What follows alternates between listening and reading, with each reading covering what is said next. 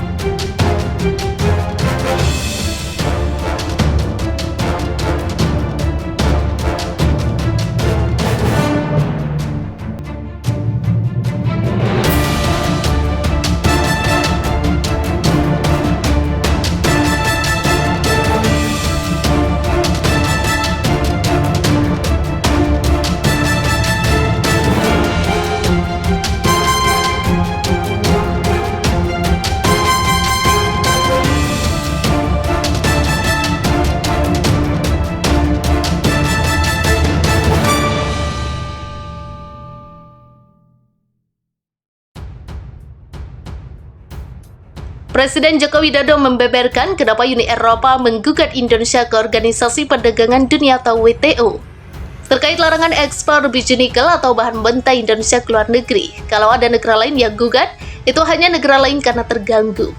Kenapa sih Uni Eropa ini gugat? Padahal kan ini hasil dari negara kita sendiri. Presiden Jokowi menjelaskan kenapa Uni Eropa menggugat Indonesia di WTO. Karena industrinya banyak di sana. Nah, kalau kita kerjain hilirisasi nikel di sini, artinya di sana ada yang nganggur, ada pabrik industri yang tutup. Akan tetapi negara kita kan ingin jadi negara maju dan membuka lapangan kerja, ungkap Jokowi dalam rapat koordinasi nasional laporan investasi pada akhir tahun lalu. Hal ini pun diperparah oleh krisis energi di Uni Eropa yang kini mulai mengancam keberlangsungan sektor industri. Menjelang musim dingin yang makin dekat, para pelaku industri pun mencari berbagai solusi untuk bertahan di situasi yang sulit. Seperti diketahui saat perang Rusia-Ukraina, harga energi di Eropa telah meningkat 4 kali lipat pada tahun ini.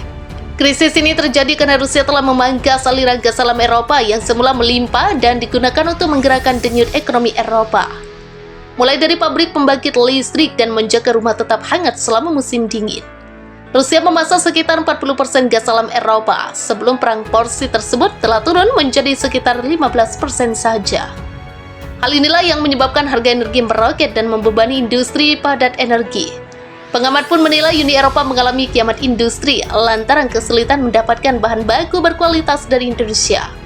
Hal tersebut diperparah dengan mahalnya harga energi akibat pemangkasan pasokan gas dari Rusia. Dilansir dari Financial Times, harga energi acuan Eropa bakal lebih mahal jika dibandingkan dengan harga energi acuan Amerika Serikat. Harga energi di Eropa pun bergerak sangat volatil ketimbang harga energi di AS.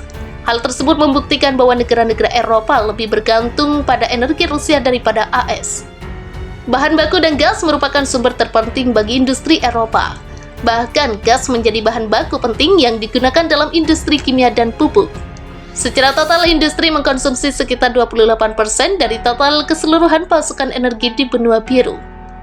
Menurut Wakil Direktur Penelitian Gas di Institut Oxford untuk Studi Energi Noah Honor, dari total konsumsi industri Eropa tersebut, industri kimia dan petrokimia menggunakan sebanyak 10% gas.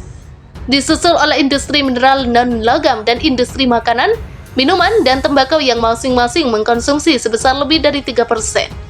Industri logam dan kertas memiliki porsi konsumsi sebesar 3% dan 2%. Jadi bukan hal aneh jika Uni Eropa berusaha mati-matian untuk bisa kembali menjajah Indonesia. Lantaran tanpa adanya bahan baku yang didapat dari Indonesia, Uni Eropa benar-benar akan mengalami kiamat industri dalam waktu dekat ini.